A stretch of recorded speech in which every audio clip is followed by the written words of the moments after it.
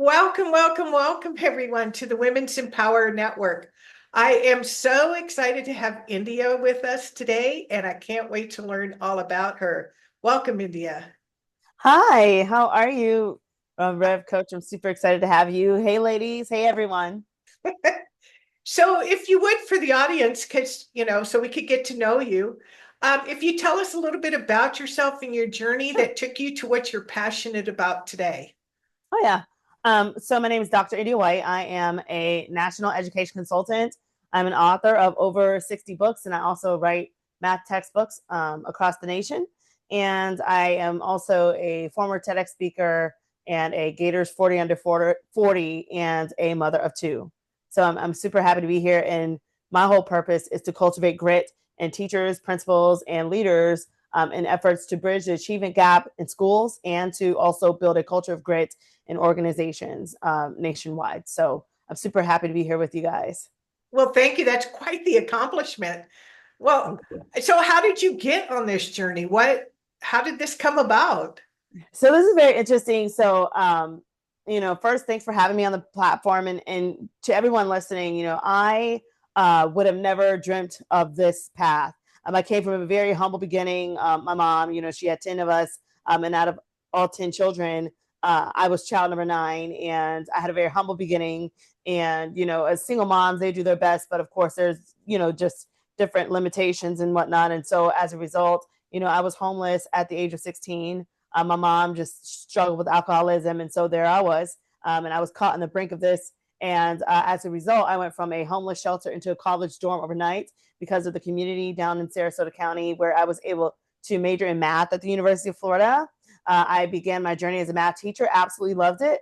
And I was getting results. And then I decided to go into being an administrator after obtaining Teacher of the Year award in Hillsborough County in Tampa, Florida. And I had a principal who told me, India, I see more to you than just teaching and whatnot. So I went into becoming an assistant principal. As an assistant principal, I knew that there was still more that I could do to reach. Like, I was thankful to reach the 2,500 students that were there, but I said maybe there's more. And so I was able to go back and pursue a doctorate degree at the University of Florida in educational leadership and in administration. And as I was doing this was like the connector. It connected the dots of my life and made sense. It helped me understand what my purpose was. And as I was able to look into the research at the University of Florida as to why people are able to be resilient and to, thrive and persist through obtaining a college degree or persist in a life task, I was able to find that the key indicator for all of us is grit. It is an inner trait that we all have. It's like a muscle, and all of us have muscles. Some of us are bodybuilders. Some of us, we're just hanging out with what we have, and some of us, we got some work to do, but it's okay. And so, with that said, grit is the same type of trait that we can all build up over time. And as we continue to build the trait of grit, we will thrive and fulfill our purpose. And I felt like I can't sit on this anymore. I was then invited to complete a TEDx talk, which you can see in the back here. And I'm very honored to have that opportunity where I was able to speak on the power of grit. And I was able to come up with a framework and an actual acronym for grit, which is great resilience in time. And so now I train teachers on having great resilience in time, and principals and leaders and business owners on how they can have great resilience in time. And they also follow my grit framework, which talks about building grit through a growth mindset, self-efficacy, resilience, and time management so that you can obtain your goal within a certain amount of time. So I'm super excited with the work that we've been doing. But that is how I was able to come into all of this. And it's just getting better and better as grit is now starting to become a trending word. People are starting to see that it really works, and it's more than just a fad. It's something, it's a life trait. It is a way of life, and people are loving it. So That's pretty amazing. So apparently you were born with this gift of grit to go from being homeless at 15 to just, you know, there's kind of obviously a jump from going homeless at 15. So you were what, a junior or something in high I was school? a sophomore. Well, So I was a I was a junior. Yes, I was yeah, a a junior. junior. And then the next thing you know, you're talking about, getting a college degree and you have this aptitude for math. So I mean, where did you find the resilience, and how did you have a foster family that helped you stay on the path, or how did that work? So I wasn't fortunate enough to have a foster family, but I did stay in a homeless shelter, which was kind of like a transitional living situation where they had staff that worked there. You were kind of treated like a ward of the state or whatever. I mean, you just went there, you did chores, you checked in every day at 8 o'clock. I had a wonderful mentor though, and that is what really made the difference for me. Was I had a wonderful mentor who poured herself into me. I had two mentors, one with a nonprofit organization that supported me and gave me a scholarship so that if I stayed out of trouble, then I was able to go on with a scholarship to college and career readiness. But that was what stimulated me to get 18 scholarships, including a full ride from Bill Gates. And I was able to major in math. But on top of that, I also had another mentor who I met in Sarasota County, who she basically was folding towels. Or I was folding towels for community service work. She was working out, so I gave her one of the towels, and so we've been just doing wonderful ever since. And so I think that, going in there, you would assume that we would have family, whatever. But I'm going to be honest. No one visited me the whole 2 years that I stayed in the shelter, except for my new mentor, Vicky, who was there. And she was literally like a news anchor in Sarasota County, just paying it forward. But I did not have family visit me. And it was a very lonely time. And that's when I was able to really kind of cultivate grit in my own life and decide that even though I was grieving my brother, grieving my grandmom and my uncles, and even though I was dealing with loneliness and I was grieving, friends and things like that, I decided to remain resilient and to stay focused. And I knew that I had a certain amount of time to get out of here because if you didn't have success after that shelter, then you were on the streets. And I said, there's no way I'm going back on the streets. Like, I'm just not doing that. I have to break the cycle of poverty. I've got to get out and I've got to do something with this, And so that's when I was able to recycle my circumstances and my situation, not play a victim, but recycle it into something great. And I was able to path a trajectory towards success in the area of education, particularly math education. So that's why I'm here today. See, thank you for filling in that blank. I mean, that's just an incredible story. And I personally, when you hear stories like this, it takes away your excuses, you know? Not everybody likes it, right? Because they want to be able to cry in their root beer and cry over spilled milk. And I'm your wonderful reminder: wipe those tears and get back up. Let's try again. Let's reset. And sometimes we do miss certain opportunities in life, but I'm also a believer that if there's a particular opportunity that has your name on it, it will come back to you. But if it is not for you, then I feel like God Almighty has something greater for you, and you have to tap into your purpose by getting quiet enough and finding out from Him what it is that He would have for you to do and fulfill in this life. But never cry over spilled milk, and never think that a closed door means that your life is over or that you failed. There's something, and then that's another thing I just want to say on this podcast is that if you are dealing with that where it's a closed door and you're trying, count that as protection, because rejection is protection. Rejection is redirection. And if that door is closed, then that means there's something greater for you to do in life. I don't care how wonderful, shiny, glistening, sparkly golden the door is. There is a bigger, more golden, shinier door right around the corner, and you have to keep a growth mindset. And that's why I talk about that in my grit framework. You have to keep a growth mindset to continue to move forward in this life until you take your last breath, because every single one of us has a purpose, and we don't have time to compete. We don't have time to compare. We have to fulfill our purpose and stay focused on who we are. And so when you do that, you're able to cultivate grit. You will eventually end up in success and engulfed in your purpose. I really resonate with everything you're saying, just even from my own personal journey and experience, that, it keeps coming back and it's never too late and you're never too old. Right. And whatever you're experiencing, because I know like a lot of people I interview, they found their passion because of health conditions or, life circumstances like you did. And so it's just so unique. Everybody's story is so unique. This is beautiful. Well, So thank how you. long, so you went from getting your degree, becoming a teacher, becoming a vice principal, and then you took another turn. You went Yeah. back and you got your doctorate. And Yeah. how did you go from there? What made you decide to start doing TED Talks? So it's just very interesting how all of this happened. I will tell you this. I never I loved watching TED Talks, right? So I was like a TED person, like, oh yes, I love TED.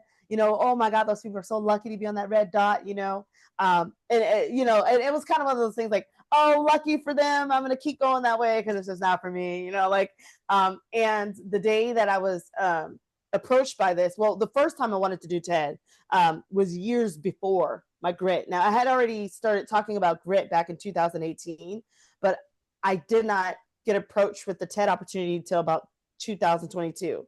And so I remember going to try to do a TED talk, and it did not work out. It was not the right time. The door was completely sealed shut. I did not have the support, and I felt like I was just like a fish in this huge ocean, and I did not know how to navigate the waters. And then a couple of years passed. I began to write math textbooks. I was working on my doctorate, which that happened after I received my master's at the University of Florida, and my sister passed away of breast cancer.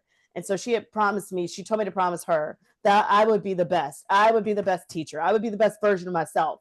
And so I said, I'm gonna do it, sis, and God bless her soul. But then I said, I have a little bit of piece of her in me and with me.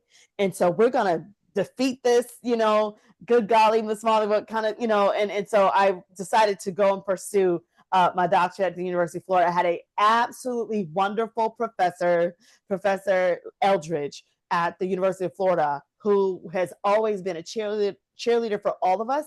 She was a superintendent. She is fabulous. She is a stellar example of top-notch leadership in education. And I'm just so thankful to her because I approached her and I said, Dr. Eldridge, I said, I don't know if it's too late or not for me to pursue a doctorate, but, I'm an assistant principal here in Tampa. She's like, India, this educational leadership program is perfect for you. Get up here. Get up here. Let's do it. And I was like, okay. And so I applied. I got accepted in a week. And that journey happened as I was being an assistant principal. But what helped me finish was when my mom was then, because my sister had passed, then my father passed the next year. And I think he passed from heartache from my sister because, she was a daddy's girl. And then afterwards, so we're like, our brains are spinning, right? We're dealing with grief. And so then afterwards, my mom, she was very, very reserved about her situation. She did not ever want to play victim about sickness or anything. And so one day she just told me, she said, India, something I got to tell you, I can't hold it anymore. I'm fighting cancer. And I was like, what? We're still wiping tears, right? From my dad and my sister. And so then I'm like, oh my Lord, right? So I'm going back and forth as an assistant principal to see my mom, leaving school, seeing my mom going, and it was a roller coaster of emotions to where I felt like I just don't want to do this anymore. Like, I don't want to do this life thing anymore. I'm sick and tired of losing people I love. And, I feel like the evil fights us in different ways. And one way for me has been through grief. And so I was like, I just don't want to deal with this. And so long story short, my mom's on her deathbed in her last days. And I remember she couldn't walk anymore. And when you're looking at a loved one, they can't walk anymore. The one that cooked your turkeys at Thanksgiving, the one that, took care of you when you were sick, and I would see her walking around. I can envision that, and I'm like, wait, this is the one that birthed me and she's getting ready to get out of here. So I asked my mom, I'm like, Mom, is there anything else that, you want me to do? Is there something that I need to do for you as a daughter? And she's just said to me, she said, baby, promise me you'll get that doctorate for me. And I'm like, oh my Lord, because I was like, no, go Gators. I guess I'm getting a doctorate from University of Florida. And so, when she passed away, it was right before I was able to defend my my quals and my, my first 3 chapters and getting the proposal accepted and going through the IRB process, which all you doctorate people know what I'm talking about. And I remembered once I got approved and I saw that those first, I think 92 pages were approved, I bawled my eyes out. I laid across my bed and I bawled my eyes out. And I said, Mom, I'm halfway there. I'm halfway there. I'm going to do it for you, Mom. And I mean, I'm feeling naked. I'm feeling broken. I'm feeling like I'm floating in midair with no support. My entire support group is in the grave. And I'm like, I don't know how I'm going to get through this, but by the grace of God and by the people left. And so I'm going to make the best out of who's left. And I'm going to recycle the grief with the love that the people that have passed before me left behind with me. And we're going to make some things happen. And so I made a promise that I was going to get it. And so, long story short, I said, well, what is it that's keeping me afloat? What is it that's keeping everyone I know afloat? You know, every single one of us, we are fighters. And we talk about like, oh, that person's a fighter, that person's this, and you honor certain people. Like we just had Veterans Day. God bless every veteran. I am crazy about people that serve our country. I think they are absolutely amazing. And so, you know, with that said, they're fighters. We are all resilient and we all have grit, but we don't call it grit all the time. We say, oh, that person's got bulldog tenacity. They're a fighter. They're not a quitter. They're, you know, like we call it all these like cool, cute things, but it's grit. They're gritty. And so I remember when I was doing my studies at University of Florida, I'm like, wait, all this is pointing back to grit. And I'm like, but nobody wants to say. So Dr. Angela Duckworth, shout out to her. She's the queen of grit. She says that it's passion and perseverance to obtain long-term goals. And I read her book and it's amazing. But I said, you know, I don't know if I want to go around and say I have passion and perseverance to obtain long-term goals all the time. It's a mouthful. So I respect it, but it's a lot. We don't talk like that, right? So I said, how about I give us an acronym for us to remember? And that's when on this stage behind me on the TED Talk, I decided to introduce that to the world. Great resilience in time. GRIT. If you have great resilience in time, you can overcome anything. And so that is my purpose now, is to recycle all of the pain, all of the love, all of the rigor, all of life, and to say, guys, you've got this. Take grit with you. You can overcome and you can do some amazing things. And so that is why I've been on this journey of spreading grit. It's like a grit movement. I'm loving it. And I'm your grit chick. And we are having resilience every day. So it's been great. I love, what a beautiful, beautiful story. I just admire you so much. It's just, Yeah. you have me in tears with losing your family and your support. And I know that a lot of us out there are guilty of being solopreneurs or trying to do it alone. But what I heard through your journey is that there were always people there Yeah. when you needed them most Yeah. that supported you on your journey. Yeah. And it's, you can't do it without each other. We have to get beyond living in silos and feeling like we were called to be, you know, rock stars to the point that we're like Arnold Schwarzenegger, so tough. And it, that is not our purpose. Our purpose is to be strong together, you know, and the weaker you are, the stronger you are. Because when you're weak enough to say, I need help, I can't do it alone, that's when the true strength will come along beside you and join you. And I'm thankful for everybody that has seen me in my weak, vulnerable moments and said, hey, I'm going to give you opportunity. Hey, I'm going to join forces with you. Hey, I'm here for you. Let's do this together. And there is no shame for all you ladies out there. There's no shame in saying, I need help. I can't do it all on my own. I remember with my late husband, one of the things that attracted me to him is when I was having a really tough day, he was a great hugger. And I says, I just need a really Oh, good hug. And he would give me this really good hug. And he says, tell me all about it. And I says, I don't need to. I just needed that hug. It was kind of like a dust me off. oh, You got my yeah, back.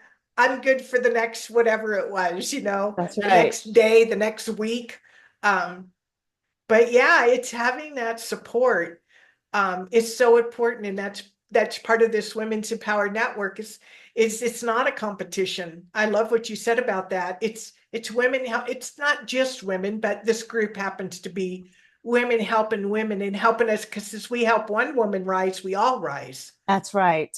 That's right. And I also think, I've been thinking a lot, after Hurricane Milton happened and we were here and my sister lost her home and it really affected our family significantly. Um in this experience, I saw many Floridians and Americans be very resilient like never before and so loving. And I think that the core of all of us is love. And I think that when we shake off the narrative that we have to be, so competitive or whatever, that we're just cold and calloused or that we're just chasing the dollar. And so we just become robots. for a dollar. I think once we chase off this narrative and we realize that we really are what matters the most in life, it's who you see, who you interact with every day. We have to learn to enjoy the smiles of the day, the people that smiled to you today, the people that said hi at the gas station, the people that, you're buying a thing of squash and they smile and have a short conversation. It's those moments that really matter in life, because when you are looking at others, and hopefully we have many more years left, but when it's your turn to go and you're laying there, that 50, that a 529 plan is not going to matter. Your 401k is not going to matter. None of that matters. But what you will remember is the people that loved you, those that are there for you, those that you served, those that you supported, those that you helped up. And it's so funny because somebody said, I just saw this research. They said that when somebody dies, their brain stays alive for a couple of minutes, and the brain only triggers the most positive, happy thoughts that it had on earth. So think about that. It's not about the money, it's about the experience of life. And we are here to make life better for each other. And I just vowed that while I'm here, I'm going to do my best to build grit in everyone I meet and to love everyone I meet. Face value. I have nothing to hide. I have nothing to finagle from anybody. And I think that as we continue to go on our grit journeys and make life better for ourselves and to fulfill our purpose, we'll see that we'll really start to enjoy being here and being a part of this life experience with others. That is so beautiful. So tell us a little bit about your practice and your service, what you do today. Yeah, so like I said, I'm a consultant, so I offer services through a professional development. So I offer grit trainings where I'll come into either a school or into a business or organization, and I cultivate grit through going over what is grit. I do a presentation on grit, and then we go over my workbook. And it's really neat because I have a grit assessment that helps us to measure like your grit levels, like where are you in grit? And then we walk through what grit is, and then I give you some pointers in the workbook. And then afterwards, we do some breakout sessions where we talk about grit. And then for those principals and teachers out there, we have grit games where you're able to really like break out and do grit and make it super fun and nice for everyone on your team so that they can continue to keep a culture of grit and build a culture of grit. Even when I'm long gone, they still have grit going for them. So that's a little bit of what I do with the grit. And I also come in and I do some consulting for those that are like, well, we don't know how to motivate. We don't know how to get everybody to the next level. And I help them to look at, data, look at what's going on in the organization to see how can we pivot and change some things so that they can continue to go forward in the right direction. So it's been wonderful. And I'm just so thankful that it's like you give birth to a baby and people actually enjoy seeing this and they help you nurture your baby. And that's like the phase that I'm in. So I'm so thankful for everyone, as a textbook author with Savas Learning, and for how they have loved me through this process as well and have accepted of this work. But not only that, just the teachers out there at all the different math conferences. I mean, I've been on over hundreds of stages and people have constantly had me come back or wanted me to do a keynote. And I'm so thankful for all of those beautiful moments of joy and acceptance and gratitude from all over the world and even internationally, where people just say, okay, we want your services. We want your consulting services. We want your speaking services. I also help people with, authoring books, and I just do a little bit of, whatever it takes to build grit in people and to help people to fulfill their purpose. So I'm really enjoying the grit trainings and I'm enjoying the consulting services for sure. So, you have me very curious about this grit training that you do, but what if we're Yeah, not part of an organization or a company or something like that? sure. Is there a way Yes. that an individual can get in touch with you and learn about this grit? Yes, you can. So I do offer also life coaching services. So if you do need me to coach you in building grit, and building, just your personal path, then yeah, I'm available for one-on-one coaching sessions as well. And I also have some grit courses that you guys can look into. There's like a little grit mini course, but then there's also a grit masterclass. And there are also other courses on my website for business development, entrepreneurship, and also for women empowerment. I also have a workbook, grit workbook for women. It's for women empowerment. So for women that are interested in just taking their empowerment to the next level and being gritty as they're fulfilling their goals, they can do that. And I also have a grit calendar that I'm launching for us, where you guys will be able to walk through every day of the week. through grit. And so you'll literally be able to take grit with you, like I asked you to do in the TED Talk. And you'll always have a little part of me with you as you are, fulfilling your purpose and blossoming the way that you were purposed to do so. That's so beautiful. Well, we'll be sure to include those links above this interview and also down in the comments. So before we go today, India, is there any last words of wisdom you would like to share with us? I will say, for those that are wringing their fingers and they're feeling hopeless and they're feeling like maybe they made a wrong turn in life, or maybe it's just over, they missed an opportunity, or they feel like a door is closing. I want to encourage all of those people to not only take grit with them, but understand grit and understand how to cultivate great resilience in time, because their purpose is not over. And matter of fact, they're probably just really getting started on a beautiful chapter in their life.